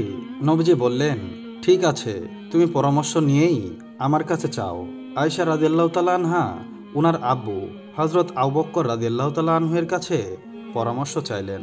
আবু বকর রাদিয়াল্লাহু তাআলা আনহু বললেন, যখন কিছু চাইবেই তাহলে তুমি মুহাম্মদ সাল্লাল্লাহু আলাইহি ওয়াসাল্লামের কাছে মিরাজের রাতে আল্লাহ পাক রাব্বুল আলামিনের সাথে হয়েছে এমন কোনো গোপন কথা জানতে চাও, আর কথা দাও নবীজি যা বলবেন তা সর্বপ্রথম আমাকে জানাবে। আয়েশা রাদিয়াল্লাহু তাআলা আনহা নবীজি সাল্লাল্লাহু আলাইহি ওয়াসাল্লামের কাছে গিয়ে মিরাজের রাতের কোনো এক গোপন কথা জানতে চাইলেন, যা এখনও কাউকে বলেননি। তখন মুহাম্মদ সাল্লাল্লাহু আলাইহি ওয়াসাল্লাম মুচকি হেসে দিয়ে বললেন, আমি যদি গোপন কথা বলেই দিই তাহলে গোপন থাকলো কিভাবে? একমাত্র আবু বকরই পারেন এমন বিচক্ষণ প্রশ্ন করতে। মুহাম্মদ সাল্লাল্লাহু আলাইহি ওয়াসাল্লাম বলতে লাগলেন, হে আয়েশা, আল্লাহ আমাকে মিরাজের রাতে বলেছেন, হে আমার হাবিব, তোমার উম্মতের মধ্যে যদি কেউ কারো ভাঙা যাওয়া মন জোড়া লাগিয়ে দেয় তাহলে আমি তাহাকে বিনা হিসাবে জান্নাতে পৌঁছে দেব। সুবহানাল্লাহ। প্রতিশ্রুতি মতো আয়েশা রাদিয়াল্লাহু তাআলা আনহা ওনার আব্বু হযরত আবু বকর রাদিয়াল্লাহু তাআলা আনহুর কাছে এসে নবীজির বলে দেওয়া এই কথাগুলো বললেন। শুনে আবু বকর রাদিয়াল্লাহু তাআলা আনহু কাঁদতে শুরু করলেন। তখন আয়েশা রাদিয়াল্লাহু তাআলা আনহা আশ্চর্য হয়ে জিজ্ঞেস করলেন, আব্বু, আপনি তো কত ভাঙা যাওয়া মন জোড়া লাগিয়েছেন, আপনার তো সোজা জান্নাতে যাওয়ার কথা, তাহলে আপনি কাঁদছেন কেন? আবু বকর রাদিয়াল্লাহু তাআলা আনহু বললেন, আয়েশা, এই কথাটার উল্টো চিন্তা করে দেখো। কারো ভাঙা মন জোড়া লাগালে যেমন আল্লাহ তাআলা সোজা জান্নাতে দিবেন, ঠিক তেমন কারো মন ভাঙলেও আল্লাহ সোজা জাহান্নামে দিয়ে দেবেন। আমি না জানি নিজের অজান্তে কতজনের মন ভেঙেছি। আল্লাহ যদি আমাকে জাহান্নামে দিয়ে দেন সেই চিন্তায় আমি কাঁদছি। এই হলো আমাদের ইসলাম। দুনিয়ায় থেকে জান্নাতের সুসংবাদ পাওয়ার পরেও এইভাবে চিন্তা করেন। এইভাবে ইসলাম আমাদেরকে শিক্ষা দেয় কাউকে কষ্ট না দিতে, মানুষের কষ্টে পাশে দাঁড়াতে। মুহাম্মদ সাল্লাল্লাহু আলাইহি ওয়াসাল্লাম আরও বলেছেন, যদি তুমি গোশত রান্না করতে চাও তাহলে এক গ্লাস পানি বেশি দিয়ে দাও, যাতে তোমার গরিব প্রতিবেশীকে একটু দিতে পারো। আর যদি না দিতে চাও তাহলে এমন সময় রান্না করবে যখন প্রতিবেশীর বাচ্চা ঘুমিয়ে থাকে, গোশতের ঘ্রাণ পেয়ে বাবা মাকে গোশত খাওয়ার কথা না বলে। গরিব বাবা মা গোশত কিনে খাওয়াতে পারবে না, মনে অনেক কষ্ট পাবে। এইভাবে ইসলাম আমাদের শিক্ষা দিয়েছে। মুহাম্মদ সাল্লাল্লাহু আলাইহি ওয়াসাল্লাম আমাদেরকে শিখিয়ে দিয়ে গেছেন মানুষের মন না ভাঙতে, মানুষকে কষ্ট না দিতে। আল্লাহ পাক রাব্বুল আলামিন। আজকের এই ভিডিওটিতে আমরা হযরত ইব্রাহিম আলাইহিস সালাম ও এক ভিক্ষুকের বিস্ময়কর ঘটনার সম্পর্কে বলতে চলেছি, যা শুনলে আপনার মন ছুঁয়ে যাবে ইনশাআল্লাহ। একবার হযরত ইব্রাহিম আলাইহিস সালামের নিকট এক ভিক্ষুক আসলো কিছু খাবারের জন্য। তখন তিনি ভিক্ষুকের খাবার দিলেন এবং বললেন যে, বিসমিল্লাহ বলে শুরু করো। ভিক্ষুকটি বলল, বিসমিল্লাহ বলবো কেন? আমি তো আল্লাহকে বিশ্বাস করি না। তখন ইব্রাহিম আলাইহিস সালাম এই কথা শুনে ভিক্ষুকের কাছ থেকে থালা কেড়ে নিলেন এবং বললেন, যাও, তুমি আল্লাহকে বিশ্বাস করো না, তোমাকে খেতে দিব না। ভিক্ষুক ঘরের দরজা থেকে বেরিয়ে যাওয়া মাত্রই আল্লাহ তাআলা তৎক্ষণাৎ ইব্রাহিম আলাইহিসসালামের উপর ওহী নাজিল করলেন, হে ইব্রাহিম, সে আমাকে বিশ্বাস করে না, সেটা তার আর আমার মধ্যকার ব্যাপার। কেন তুমি রুটি ফিরিয়ে নিলে? যাও, তাকে ডেকে এনে আবার খেতে দাও। সুবহানাল্লাহ, আল্লাহ কত দয়াশীল। মানুষকে আল্লাহ সৃষ্টির সেরা জীব কেন বলেছেন? কারণ আল্লাহ মানুষকে নিজস্ব ইচ্ছা দিয়েছেন, ফলে মানুষ আল্লাহকে মানতেও পারে, আবার নাও মানতে পারে। মানলে জান্নাত আর না মানলে জাহান্নাম। কিন্তু কাউকে জোর করে আল্লাহকে মানানোর অধিকার আল্লাহ মানুষকে দেয়নি। তবে আল্লাহ পৃথিবীতে যে নিদর্শন রেখেছেন তাতে কেউ নাস্তিক থাকতে পারে না। সামান্য বুদ্ধি থাকলেও যে কেউ বুঝতে পারবে পৃথিবীর এত কিছু এমনি এমনি সৃষ্টি হয়নি। কেউ না কেউ সৃষ্টি করেছেন ও সুশৃঙ্খলভাবে পরিচালনা করছেন। অবশ্যই একজন স্রষ্টা আছেন। পিতামাতার জুলুম সত্ত্বেও সন্তানের করণীয় পিতামাতার খেয়াল রাখা, কারণ সন্তানের জন্য দুনিয়াতে জান্নাত এবং জাহান্নামের কারণ হয়ে দাঁড়ায় পিতামাতা। দুনিয়াতে যেসব কাজের শাস্তি সুনির্ধারিত অবশ্যম্ভাবী, সেগুলোর মধ্যে পিতামাতার অবাধ্যতাও একটি। তাই সর্ব অবস্থায় পিতামাতার খেদমত করা জরুরি। যদি কোনো ব্যক্তি প্রতিদিন পিতামাতার কুশল বা ভালো মন্দের ভাব বিনিময় করে, শুধু এতটুকু ভাব বিনিময়ের জন্যই আল্লাহ তাআলা ওই সন্তানের জন্য জান্নাতের দরজা খুলে দেন। প্রিয় নবী হযরত মুহাম্মদ সাল্লাল্লাহু আলাইহি ওয়াসাল্লামের হাদিসেই তা প্রমাণ করে। এমনকি পিতামাতা যদি সন্তানের ওপর জুলুমও করে থাকে, তবুও সন্তানের উচিত পিতামাতার খেদমত করা। হযরত ইবনে আব্বাস রাদিয়াল্লাহু আনহু বলেন, এমন কোনো মুসলমান নেই যার মুসলিম পিতামাতা রয়েছে আর সে সকাল সকাল তাদের ভালো মন্দ খোঁজখবর নেয়, অথচ আল্লাহ তাআলা তার জন্য বেহেশতের দুটি দরজা খুলে দেন। আর যদি একজন জীবিত থাকে তবে একটি দরজা খুলে দেন। আর যদি সে ব্যক্তি তাদের মধ্যকার কোনো একজনকে অসন্তুষ্ট করে, তবে যতক্ষণ না পর্যন্ত সে তাকে সন্তুষ্ট করে, আল্লাহ ততক্ষণ পর্যন্ত তার উপর সন্তুষ্ট হন না। প্রিয় নবীকে জিজ্ঞেস করা হলো, যদি তাদের উপর জুলুম করেন তবুও কি? প্রিয় নবী বললেন, যদি তার উপর জুলুমও করেন তবুও। অন্য হাদিসে হযরত ইবনে আব্বাস রাদিয়াল্লাহু আনহু বর্ণনায় এসেছে, যে ব্যক্তি দিনের প্রত্যুষে পিতামাতার অনুগত্য, সন্তান হিসাবে তার গোত্রখান তথা অজু গোসল পরিষ্কার পরিচ্ছন্নতার খেদমত করে, তার জন্য বেহেশতের দুইটি দরজাই খুলে যায়। আর যদি তাদের দুইজনের পিতামাতার মধ্যে একজন থাকে তবে একটি দরজা খুলে যায়। আর যদি ওই ব্যক্তি প্রত্যুষ পিতামাতার অবাধ্য সন্তান হিসাবে পত্রখানা তথা অন্যায়মূলক আচরণ করে, তবে ওই ব্যক্তির জন্য জাহান্নামের দুটি দরজা খুলে যায়। আর যদি তাদের মধ্যে একজন জীবিত থাকে তবে জাহান্নামের একটি দরজা খুলে দেওয়া হয়। এক ব্যক্তি জিজ্ঞাসা করল যে, যদি তারা ওই সন্তানের উপর জুলুম করে তবুও কি? প্রিয় নবী বললেন, হ্যাঁ, যদি তার উপর জুলুম করে তবুও। মনে রাখতে হবে যে দুনিয়ায় এবং পরকালের মুক্তি ও সফলতার একমাত্র মাধ্যম হলো পিতামাতা। পিতামাতার অবাধ্যতায় শাস্তি দুনিয়াতেই হয়ে যায়। তাই পিতামাতার অবাধ্যতা নয়, অনুগত্যই হোক প্রত্যেক সন্তানের একান্ত কামনা। চাই পিতামাতা সন্তানের প্রতি সন্তুষ্ট হোক বা জুলুম করুক। পরিশেষে আমি বলতে চাই, আল্লাহ তাআলা মুসলিম উম্মাহকে সর্ব অবস্থায় পিতামাতার খেদমত করার মাধ্যমে দুনিয়া ও পরকালের কল্যাণ লাভের তৌফিক দান করুন। আমিন। সুপ্রিয় দর্শক, আজকের এই ভিডিওতে আমরা আপনাদেরকে জানাবো খলিফা হারুনুর রশিদকে কেন 60টি চাবুকের আঘাত করা হয়েছিল। সেই সম্পর্কে একটি বিস্ময়কর ঘটনা, যা শুনে আপনার মন ছুঁয়ে যাবে ইনশাআল্লাহ। তাই ভিডিওটি একেবারে শেষ পর্যন্ত দেখবেন। ইসলামের ইতিহাসে অন্যতম আলোচিত চরিত্র হারুনুর রশিদ 763 অথবা 766 সালের 17 মার্চ আব্বাসীয় খেলাফতের অধীনস্থ রায় নামক অঞ্চলে তিনি জন্মগ্রহণ করেন। নিজের শাসন অধিভুক্ত রাজ্যে কেউ অপরাধ করলে তিনি খতিয়ে দেখতেন। নিজের কর্তব্যপরায়ণতার জায়গা থেকে অপরাধের জন্য নিজের ও রাজ্য সুব্যবস্থার দায় খুঁজে পেলে সাজা মাথা পেতে নিতেও কুণ্ঠবোধ করেননি। প্রতিষ্ঠা করেছেন ইসলামের আইনে ন্যায় বিচার। হারুনুর রশিদের শাসনামলে বিজ্ঞান, ধর্মীয় ও সাংস্কৃতিক সমৃদ্ধির জন্য এই যুগকে সবচেয়ে উন্নত ধরা হয়। সিরিয়ার একটি শহরের নাম রাকা। সেখান থেকে খলিফা হারুনুর রশিদের নিকট একটি চিঠি আসলো। চিঠিতে লেখা ছিল, শহরের বিচারক 1 মাস যাবৎ অসুস্থ, তাই বিচার কাজ স্থগিত হয়ে আছে।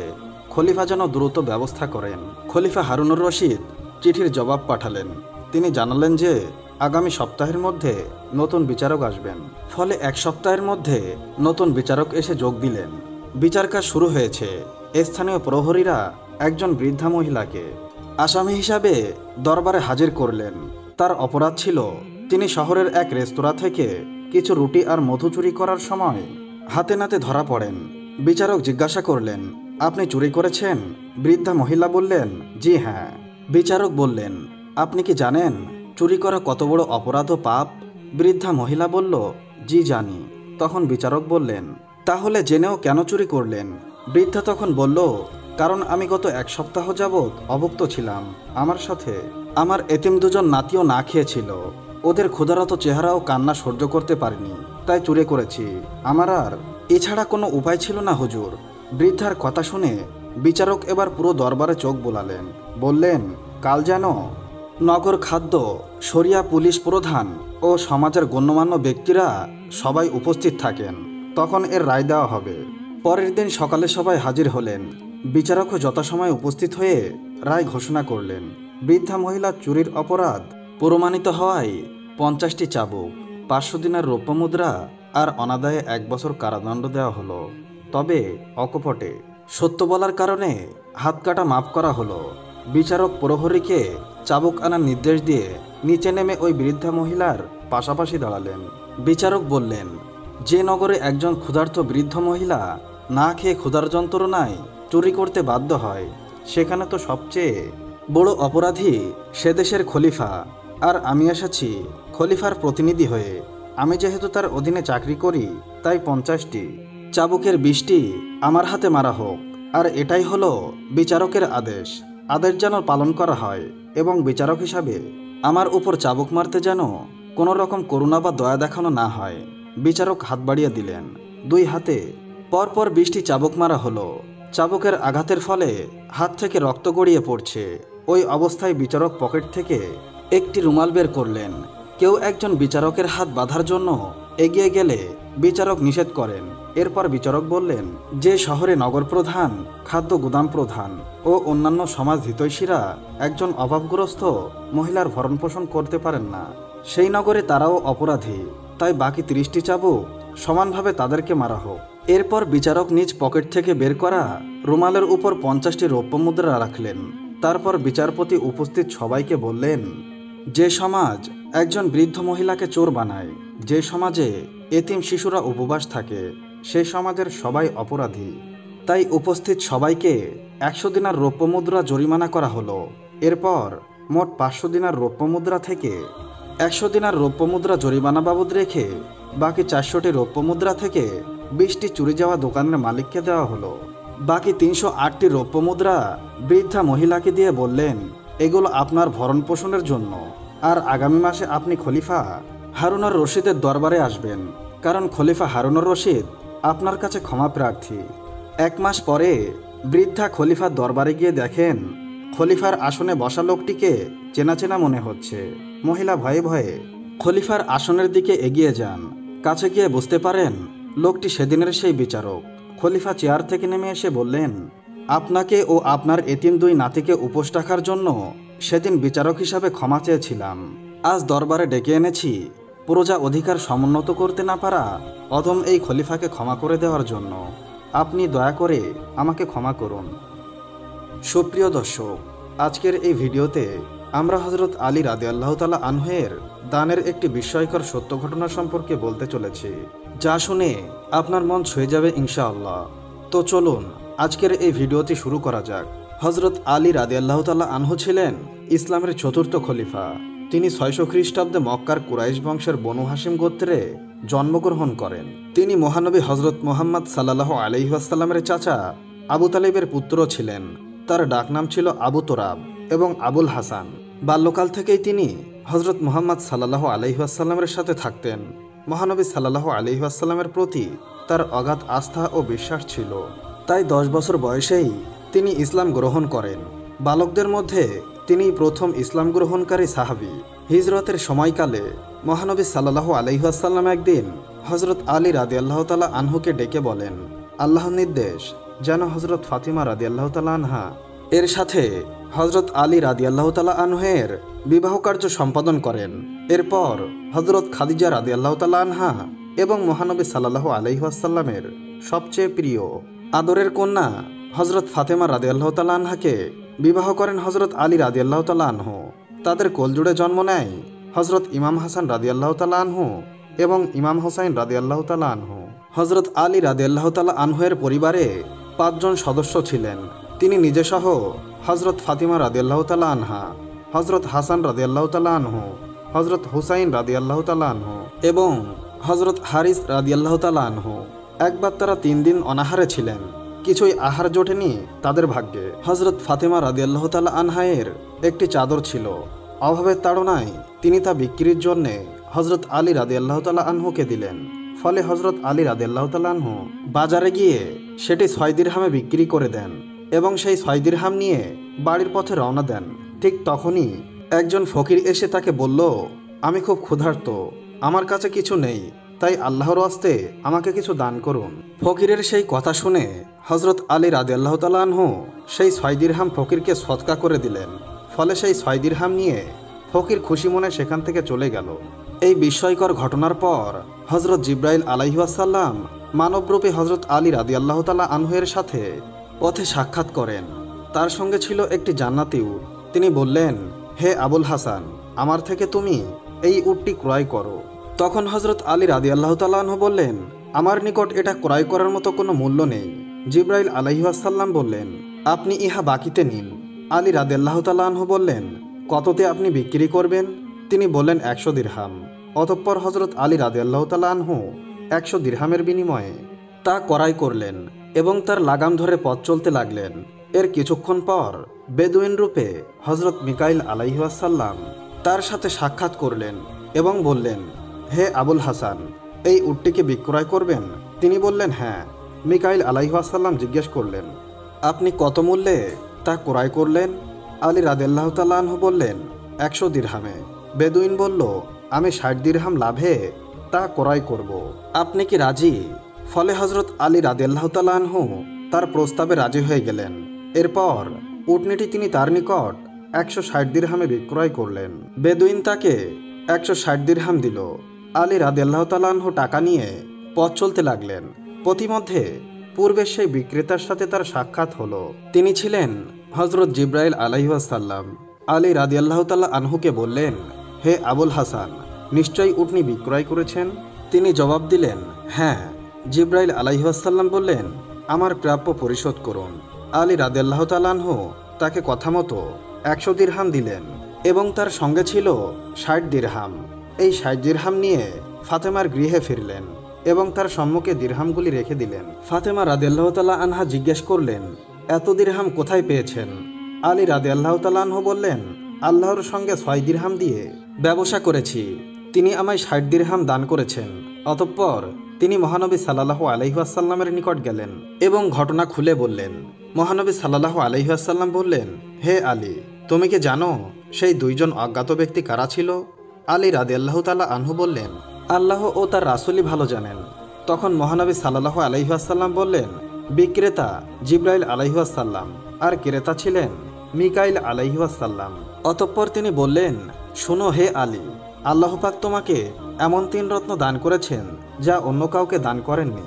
আর সেই 3 রত্ন হলো, প্রথম তোমার স্ত্রী জান্নাতি রমণীদের সর্দার, দ্বিতীয় তোমার পুত্রদ্বয় জান্নাতে যুবককুলের নেতা, আর তৃতীয় তোমার শ্বশুর নবীকুলের সর্দার। সুতরাং আল্লাহর এ দানের আজকের এই ভিডিওতে আমরা হজরত আদম আলাইহিস সালামের মৃত্যু বিস্ময়কর ঘটনা সম্পর্কে বলতে চলেছি, যা শুনে আপনার মন ছুঁয়ে যাবে ইনশাআল্লাহ।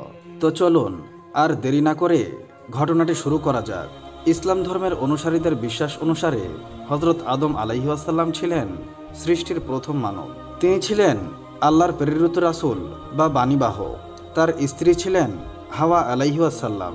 পৃথিবীতে আদম ছিলেন একমাত্র ব্যক্তি যিনি জানতেন তিনি কত বছর বাঁচবেন, কেননা আল্লাহ তাআলা তাকে বলে দিয়েছিলেন, তুমি সহস্র বছর পৃথিবীতে বেঁচে থাকবে।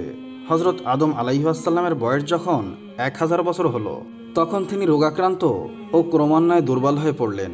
এই সময় তার হঠাৎ বেহেশতি মেওয়া ও ফলমূলের কথা মনে পড়ল এবং ওই ধরনের মেওয়া খাওয়ার জন্য তার আগ্রহ সৃষ্টি হলো। তখন তিনি তার সন্তানদেরকে বললেন, তোমরা চেষ্টা করে দেখো আমার জন্য কিছু মেওয়া সংগ্রহ করতে পারো কিনা। পিতার খাবারের আগ্রহ দেখে তারা সকলে মেওয়ার সন্ধানে বের হলো। সন্তানদের মধ্যে কেবলমাত্র শীষ আলাইহিসসালাম তার কাছে থেকে সেবা করতে লাগলেন, কিন্তু বহুদিনে তারা কেউ ফিরে এলো না। তখন তিনি শীষ আলাইহিসসালামকে বললেন, বাবা শীষ, নিশ্চয় তোমার ভ্রাতাগণ দুনিয়ার কোথাও আমার জন্য মেওয়া সংগ্রহ করতে সক্ষম হয়নি, তাই তারা ফিরেও আসছে না। আর তারা এমন কোনো লোকও নয় যারা আল্লাহর কাছে প্রার্থনা করে আমার জন্য তার নিকট হতে মেওয়া সংগ্রহ করতে পারে। এবার তুমি গিয়ে অমুক পাহাড়ে উঠে আল্লাহর শাহী দরবারে মেওয়ার জন্য প্রার্থনা করো, সম্ভবত তুমি সফল হবে।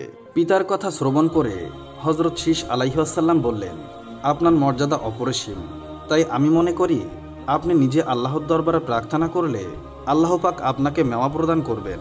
ফেলে শীষ আলাইহিসসালামের কথার জবাবে হজরত আদম আলাইহিসসালাম বললেন, বাবা, তুমি অবশ্যই জানো যে আমি ভেহেশতে থাকাকালীন আল্লাহর আদেশ অমান্য করে গন্ধম ভক্ষণ করে গুনাহগার হয়েছি, তাই সেই ব্যাপারে আমি ভীষণ লজ্জিত। কিভাবে নিজের জন্য কোনো কিছু তার কাছে প্রার্থনা করতে পারি? পক্ষান্তরে তুমি আল্লাহর দরবারে এখনো পর্যন্ত নিষ্পাপ, সুতরাং তোমার প্রার্থনা অবশ্যই মহান আল্লাহ তাআলা কবুল করবেন। তখন হজরত শীষ আলাইহিসসালাম পিতার বলে দেওয়া নির্দিষ্ট পাহাড়ে গিয়ে পিতার জন্য মেওয়ার উদ্দেশ্যে প্রার্থনা করলেন। মহান আল্লাহ তাআলা শীষ আলাইহিসসালামের প্রার্থনা মঞ্জুর করে জিব্রাইল আলাইহিসসালামকে বললেন, হে জিব্রাইল, তুমি বেহেশতের সর্বোত্তম নিয়ামতসমূহ সোনার খাঞ্জায় সাজিয়ে জরিখচিত ঢাকনায় ঢেকে উমক রূপসিহরের মাথায় তুলে দাও, সে সেটি আদমের কাছে নিয়ে যাক। হজরত আদম আলাইহিসসালামের শরীর ক্রমেই দুর্বল হয়ে আসছিল এবং তিনি তার জীবনের শেষ প্রান্তে চলে এসেছিলেন। তাই তিনি একদিন পুত্র শীষ আলাইহিসসালামকে কাছে ডেকে বসিয়ে বললেন, বাবা, মনে হয় পৃথিবী হতে আমার বিদায় খুবই নিকটতর, সুতরাং আমার আওলাদেদের যে যেখানে আছে তাদেরকে সংবাদ দিয়ে আমার সামনে হাজির করো, সকলকে আমি আমার শেষ নসিহত করে যেতে চাই। শীষ আলাইহিসসালামের আহ্বানে সাড়া দিয়ে তারা সবাই এসে হজরত আদম আলাইহিসসালামের অন্তিম সজ্জার নিকট সমবেত হলো। হজরত আদম আলাইহিসসালাম সকলকে লক্ষ্য করে বললেন, আমি যথাসম্ভব শীঘ্রই তোমাদের কাছ থেকে বিদায় নিব, তাই তোমাদের প্রতি আমার শেষ নসিহত এই যে তোমরা পরস্পরে সুসম্পর্ক বজায় রেখে চলবে, একে অন্যের সঙ্গে ঝগড়া বিবাদ কলহে লিপ্ত হবে না। তোমাদের সামনে কোনো বিপদ দেখা দিলে সকলে মিলেমিশে পরামর্শ করে এর সমাধান করার চেষ্টা করবে। সকল ক্ষেত্রে তোমরা শীষের পরামর্শ নির্দেশ ও মীমাংসার প্রতি গুরুত্ব প্রদান করে মেনে চলবে, কারণ সে আল্লাহর অতি প্রিয়জন। তোমরা মনে রেখো, শীষকে আমার স্থলাভিষিক্ত করে যাচ্ছি, সুতরাং সে তোমাদের মধ্যে শিক্ষা দীক্ষায় জ্ঞান গরিমায় সেরা ও যোগ্যতায় শ্রেষ্ঠ। হজরত আদম আলাইহিসসালামের সকল সন্তান তার কথার প্রতি অনুগত্য স্বীকার করল এবং নসিহত পালনের প্রতিশ্রুতি দিল। তারপর হজরত আদম আলাইহিসসালাম পুত্র শীষকে সম্বোধন করে বললেন, হে প্রিয় পুত্র আমার, এই পৃথিবী একটি বিপদ সংকেত, এর স্থান এখানে প্রতি মুহূর্তে পদস্খলনের ভয় বিদ্যমান। বিশেষ করে ইবলিস প্রতি মুহূর্তে তোমাদের বিপদে চালিত করার চেষ্টা করবে, তাকে সামান্যতম প্রশ্রয় দিবে না। তোমাদের বংশের সন্তানদের সুপথে স্থির রাখতে বারবার তাদেরকে নসিহত করবে, প্রাণপণ চেষ্টা করবে। আমি তোমাদের জন্য দোয়া করছি, মহান আল্লাহ তাআলা তোমাদেরকে সুপথে স্থির রাখুক। এই কথা বলে হজরত আদম আলাইহিসসালাম পুত্র শীষ আলাইহিসসালামকে খিলাফত প্রদান করলেন। ইতোমধ্যে মালাকুল মউত জিব্রাইল আলাইহিসসালামকে নিয়ে উপস্থিত হলেন। হজরত আদম আলাইহিসসালাম মালাকুল মউতকে দেখে বুঝতে পারলেন যে তিনি আর কিছু সময়ের জন্য জীবিত আছেন। ফেরেশতাদের তিনি যথোপযুক্ত সম্মান জানালেন। এই সময় বিবি হাওয়া আলাইহিসসালাম ও শীষ আলাইহিসসালাম হজরত আদম আলাইহিসসালামের খেদমতে নিয়োজিত ছিলেন। তাদেরকে তিনি বললেন, তোমরা এবার একটু অন্য জায়গায় গিয়ে বসো। হজরত আদম আলাইহিসসালাম বললেন, আমার কাছে আগত মেহমানদের সাথে আমি কিছু কথা বলবো। তারা আদম আলাইহিসসালামের নির্দেশ মতো বাইরে চলে গেলেন। বাইরে যাওয়ার সাথে সাথে মালাকুল মউত বললেন, হে মানবজাতির পিতা আদম, আমার আগমনের কারণ আপনি নিশ্চয় বুঝতে পেরেছেন। আমি আর বেশি দেরি করতে পারবো না। আপনার জান কবজ করার জন্য মহান আল্লাহ তাআলা আমাকে প্রেরণ করেছেন। আদম আলাইহিসসালাম বললেন, আমি আমার প্রভুর আহ্বানে সাড়া দিতে সর্বদা প্রস্তুত। আপনার কর্তব্য আপনি পালন করুন। মালাকুল মউত এবার নিজের কর্ম সম্পাদনের জন্য উদ্যোগ গ্রহণ করলেন। জিব্রাইল আলাইহিসসালাম তাকে লক্ষ্য করে বললেন, হে মালাকুল মউত, আদম আলাইহিসসালামের জান কবজ করতে যেন কোনো কষ্ট না হয় সেদিকে আপনি খেয়াল রাখবেন, কেননা মহান আল্লাহ তাআলা তাকে স্বয়ং সৃষ্টি করেছেন এবং তার প্রতি আল্লাহর অনুগ্রহ অফুরন্ত। সেইভাবে মালাকুল মাউত তার জান কবজ করলেন। আদম আলাইহিসসালাম অত্যন্ত শান্ত ও ধীর স্থিরভাবে চিরনিদ্রায় কোলে ঢলে পড়লেন। আজকে আপনাদেরকে জানাবো হজরত ইউসুফ আলাইহিসসালাম মিশরে বিক্রি হয়ে যাওয়ার করুণ কাহিনী। কূপে নিক্ষিপ্ত হওয়ার সময় হজরত ইউসুফ আলাইহিসসালামের বয়স 18 বছর ছিল বলে ঐতিহাসিকগণ বলেন। কেউ কেউ আবার 17 বছরের কথা বলে থাকেন। 12 বছরের একটি ঐতিহাসিক অভিমত বর্ণিত আছে, তবে 17 বছরের অভিমতই সঠিক। কূপে নিক্ষিপ্ত হওয়ার পর ইউসুফ আলাইহিসসালাম 3 দিন 3 রাত ছিলেন। ঘটনাক্রমে এক বাণিজ্য কাফেলা বাণিজ্য সম্ভার নিয়ে মাদিয়ান থেকে মিশর অভিমুখে যাচ্ছিল। পথ ভুলে তারা ইউসুফ আলাইহিসসালাম যে কূপে নিক্ষিপ্ত হয়েছিলেন সেটির নিকট তারা পৌঁছে যায়। কূপের পাড়ের আবহাওয়া প্রাকৃতিক পরিবেশ ভালো দেখতে পেয়ে তারা সেখানে যাত্রা বিরতি করেন। কিন্তু কূপটি সাপবিচ্ছু দ্বারা পরিপূর্ণ এবং জনবসতি থেকে দূরে ছিল। তদুপরি এই কূপের পানিও ছিল লবণাক্ত। ইউসুফ আলাইহিসসালামকে নিক্ষেপ করার পর এই কূপের পানি মিষ্টি হয়ে যায়। বাণিজ্য কাফেলার দলপতির নাম ছিল মালিক ইবনে জাজ। তার এক গোলাম ছিল, নাম তার বোসরা। বোসরা পানি তোলার জন্য কূপে ডোল ছাড়ে। তখন মহান আল্লাহ তাআলার হুকুমে জিবরাইল আলাইহিসসালাম বললেন, ইউসুফ, আপনি এই ডোলে বসে পড়ুন। বোসরা ডোল উঠিয়ে দেখে শশীতল সুন্দর এক কিশোর বালক। দ্বিতীয় কাউকে সে আর এত সুন্দর দেখতে পায় নাই।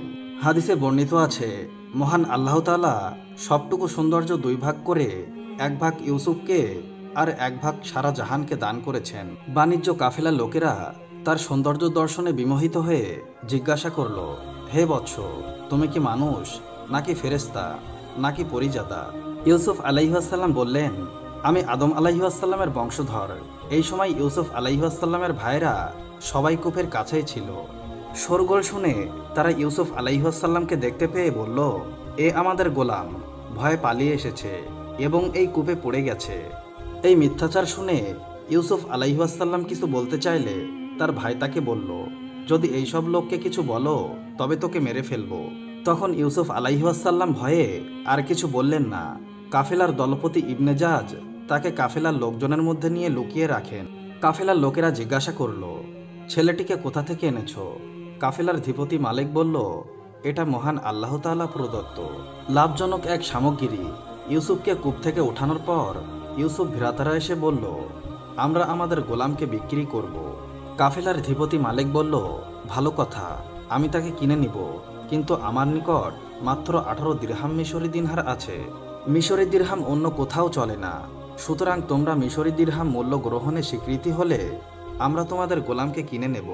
মিশরি মুদ্রা গ্রহণে স্বীকৃতি হয়ে ভাইরা ইউসুফকে কাফেলার ধিপতি মালিকের নিকট সমর্পণ করল। আর এই ঘটনার রহস্য হচ্ছে, মিশরে 2 দিরহাম কেনানি 1 দিরহামের সমান। এই হিসাবে মিশরে 18 দিরহাম কেনানি মুদ্রায় 9 দিরহাম হয়।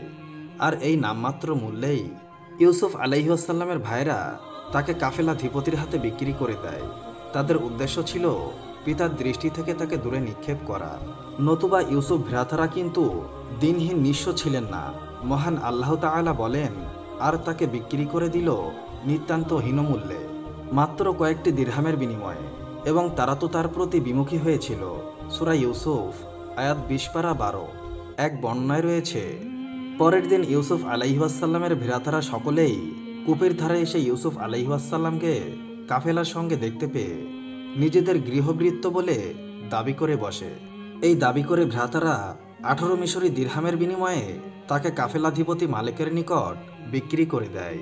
ভাইদের যারা ইউসুফ আলাইহিসসালামকে কূপে নিক্ষেপ ও পরে কাফেলাধিপতির নিকট বিক্রিত সমভাবে শরিক ছিল, তারা সকলে মিলে তার বিক্রয় মূল্য 18 দিরহাম নিজেদের মধ্যে সমবন্টন করে নেয়। মাত্র একজন এই মূল্য থেকে কিছুই গ্রহণ করে নাই। অতঃপর কাফেলার লোকেরা তাকে মিশরে এনে বিক্রি করে দেয়। দ্বিতীয় কারণ হচ্ছে, মিশরের রাজত্ব তার ভাগ্যলিপিতে নির্ধারিত ছিল। যতক্ষণ পর্যন্ত না কেউ অন্যের খেদমত করবে ততক্ষণ পর্যন্ত খাদেমদের মূল্য ও মর্যাদা সম্পর্কে অবহিত হতে এবং নিজেকেও খেদমত পাওয়ার যোগ্য বলে দাবি করতে পারবে না। কাফেলাধিপতি মালিক ইবনে জাজ ইউসুফকে খরিদ করেছিল তার খেদমতের শর্তে, এবং এই মর্মে ইউসুফ ভ্রাতাদের থেকে একটি বিক্রয় রসিদপত্র লিখিয়ে নেয়। এই বিক্রয়ের রসিদপত্রের ভাষা ছিল এইরূপ: মালিক ইবনে জাজ ইব্রাহিমের পুত্র ইসহাক এবং ইসহাকের পুত্র ইয়াকুবের পুত্রদের থেকে একটি ইব্রনি গোলাম মাত্র 18 দিরহামে খরিদ করেছে। নির্ভরযোগ্য সাক্ষীদের সম্মুখে তাকে খরিদকারীর হাতে সমর্পণ করা হচ্ছে। এরপর মালিক ইউসুফ আলাইহিসসালামকে জিঞ্জির বন্ধ অবস্থায় ঘোড়ার পিঠে উঠিয়ে তার গায়ে একটি মোটা পশমি কম্বল ঝুলিয়ে দিয়ে পথ চলতে শুরু করলো। কিছুদূর যেতেই পথিমধ্যে ইউসুফ আলাইহিসসালামের মায়ের কবর ছিল। তিনি সেখানে অবতরণ করে মায়ের কবর জিয়ারত করেন আর অবিরল ধারায় কাঁদতে শুরু করেন। তিনি কবরস্থ মাকে উদ্দেশ্য করে বলতে লাগলেন, মা, ভাইরা এরশাবশত আমার উপরে খুব বেশি জুলুম করেছে এবং এই কাফেলাধিপতির কাছে আমাকে বিক্রি করে দিয়েছে। আমার খরিদ্দার মনিব আমার পায়ে বেড়ি পড়িয়েছে। তারা আমার পিতার খেদমত, স্বদেশভূমি এবং আপনার কবর সবকিছু থেকে আমাকে দূরে নিক্ষেপ করেছে। ইতোমধ্যে বাণিজ্য কাফেলা সামনে কিছু দূরে চলেও গেছে। কাফেলা থেকে এক লোক দৌড়ে এসে বলল, ওহে গোলাম, তুমি এখনো এখানে? আসলে সত্যিই তো, তুমি পলায়নপর মানসিকতা সম্পন্ন। এই বলে সে ইউসুফ আলাইহিসসালামকে থাপ্পড় মারল। তখন ইউসুফ আলাইহিসসালাম আকাশের দিকে তাকিয়ে মাথা উঠিয়ে বলল, ইয়া মহান আল্লাহ তাআলা, এই জালেমদের অনিষ্ট আর দুষ্কৃতিপনা হতে আমাকে রক্ষা করুন। আমার উপর দিয়ে যে বিপদ মুসিবত যাচ্ছে সব কিছুই আপনি জানেন। হে আল্লাহ, আমি আর সহ্য করতে পারছি না। এইসব মাতম শেষে ইউসুফ আলাইহিসসালাম কাফেলায় সামিল হন। ইতোমধ্যে আকাশে ভীতিকর একখণ্ড মেঘ দেখা দেয় এবং সেই সঙ্গে প্রবল বাতাস বইতে শুরু করে এবং বজ্র বিজলির গর্জন শুরু হয়। কাফেলার সবাই ধ্বংসের দ্বার প্রান্তে উপনীত হয়। কাফেলার সকলে নিজেদের সম্পর্কে বলাবলি করতে লাগলো, ভেবে দেখো কি গুনাহের কারণে আমরা এমন কঠিন বিপদে পতিত হয়েছি। যে ব্যক্তি ইউসুফ আলাইহিসসালামকে চড় মেরেছিল সে বলল, আসলে আমার গুনাহের কারণেই কাফেলা শুদ্ধ সবাই এই বিপদে পতিত হয়েছে। যখন আমি এই গোলামকে থাপ্পড় মেরেছিলাম তখন সে আকাশের দিকে মুখ উঠিয়ে কেঁদে কেঁদে কি যেন একটা বলছিল। তখনই এই ধ্বংসকারী বিপদ আমাদের উপর আপতিত হয়। এই কথা শুনে সকলেই ইউসুফ আলাইহিসসালামের নিকট গিয়ে নিজেদের অপরাধ স্বীকার করে ক্ষমা প্রার্থনা করল। তাদের ক্ষমা প্রার্থনায় ইউসুফ আলাইহিসসালাম দোয়া করেন। তৎক্ষণাৎ মহান আল্লাহ তাআলার হুকুমে বিপদ বাতাস বন্ধ হয়ে যায়। কাফেলা এখান থেকে রওনা দিতেই মিশরে খবর পৌঁছে যায়, মালিক ইবনে জাহাজ সুন্দর সুদর্শন এক ইরানি গোলাম নিয়ে আসছে, যার মতো সুদর্শন এই ধারায় আর কেউ নাই। এই ক্ষেত্রে সে নিজে নিজের উদাহরণ। এই খবর শুনতে পেয়ে মিশর শহরের সব লোক বাণিজ্য কাফেলার অভ্যর্থনার উদ্দেশ্যে বের হয়ে আসে। ইউসুফ আলাইহিসসালামের যে রূপ সৌন্দর্য এবং গুণের বৈশিষ্ট্যর কথা তারা শুনতে পেয়েছিল, তাকে দেখে তারা সুরত সংবাদ থেকে অনেক গুণ বেশি পেল। কাফেলার ধিপতি মালিক নিজের ঘর সুসজ্জিত করে এবং তাতে রুমি রেশমের বিছানা বিছায় এবং ইউসুফ আলাইহিসসালামকে অভিজাতপূর্ণ পোশাক ও মাথায় স্বর্ণের মুকুট পরিয়ে দেয়। অতঃপর সে শহরময় প্রচার করে, আমি সুন্দর সুদর্শন সৎ চরিত্র চতুর্জ্ঞানী এক গোলামকে বিক্রয় করতে চাই। যিনি খরিদ করতে চান তিনি যেন সময় মতো আসেন। এই ঘোষণায় মিশরের উচ্চবিত্ত, নিম্নবিত্ত, মধ্যবিত্ত সব ধরনের লোক এসে মালিকের অবস্থানস্থলে ভিড় জমায়। ইউসুফ আলাইহিসসালাম যখন দেখতে পেলেন তখন তিনি মনে মনে বললেন, মালিক তো আমাকে বিক্রয় করতে ভুল করছে। যে ভাইরা আমার সবকিছু সম্পর্কে অবগত ছিল তারাই যেখানে আমাকে মাত্র 18 মিশরি দিরহামে বিক্রয় করেছে, সেখানে এই জায়গায় কেই বা আমাকে চেনে? আমার সম্পর্কে কেউ তো কিছুই জানে না। তাহলে মালিক কেন আমার এত দাম চায়, যেখানে আমার পরিচিত রক্তের সম্পর্কিত ভাইদের হাতেই এত কম দামে বিক্রিত হয়েছি? সুতরাং এখানে তো তার চাইতেও কম দামে বিক্রি হওয়ার কথা। কাফেলাধিপতি মালিক ইউসুফ আলাইহিসসালামকে অভিজাত পোশাক পরিয়ে চেয়ারে বসিয়ে দেয়। এবার কাফেলাধিপতি মালিকের বিক্রয় প্রতিনিধি হাঁকডাক করতে লাগলো, কে এই জ্ঞানী সুদর্শন যুবককে ক্রয় করবে যার নজির এই পৃথিবীতে নাই? ইউসুফ মালিককে বললেন, এইভাবে নয়, বরং বলো কে খরিদ করবে এই দুর্বল নিঃস্ব অপরিচিত অত্যাচারীকে যার নজির পৃথিবীতে নাই? বিক্রয় প্রতিনিধি বলল, এইভাবে বলা রীতিবিরুদ্ধ। যাই হোক, অনেক দাম দরের পর অবশেষে মিশর রাজার অমর্ত্য আজির ম্যাসে ইউসুফ আলাইহিসসালামকে খরিদ করে নেন। ঘরে নিয়ে পত্নী জুলাইখাকে বললেন, আমি অনেক মূল্যে একে খরিদ করে নিয়ে এসেছি, অতএব ভালোভাবে রাখবে, একদম নিজের সন্তানের মতো আদর যত্ন করবে। একে গোলাম ভেবো না এবং এর সঙ্গে গোলামের মতো আচরণ করো না। আজিদ মিশরে উল্লেখিত কথাবার্তার সম্পর্কে মহান আল্লাহ তাআলা বলেন, আর মিশরে যে তাকে খরিদ করেছে সে তার স্ত্রীকে বলল, একে ভালোভাবে মর্যাদা সহকারে রেখো, সম্ভবত একে দিয়ে আমাদের উপকার হবে, অথবা আমরা একে সন্তান বানাবো। সূরা ইউসুফ আয়াত 21 পারা 12। সুপ্রিয় দর্শক, প্রতিদিন নতুন নতুন ভিডিও পেতে আমাদের চ্যানেলটি অবশ্যই সাবস্ক্রাইব করুন।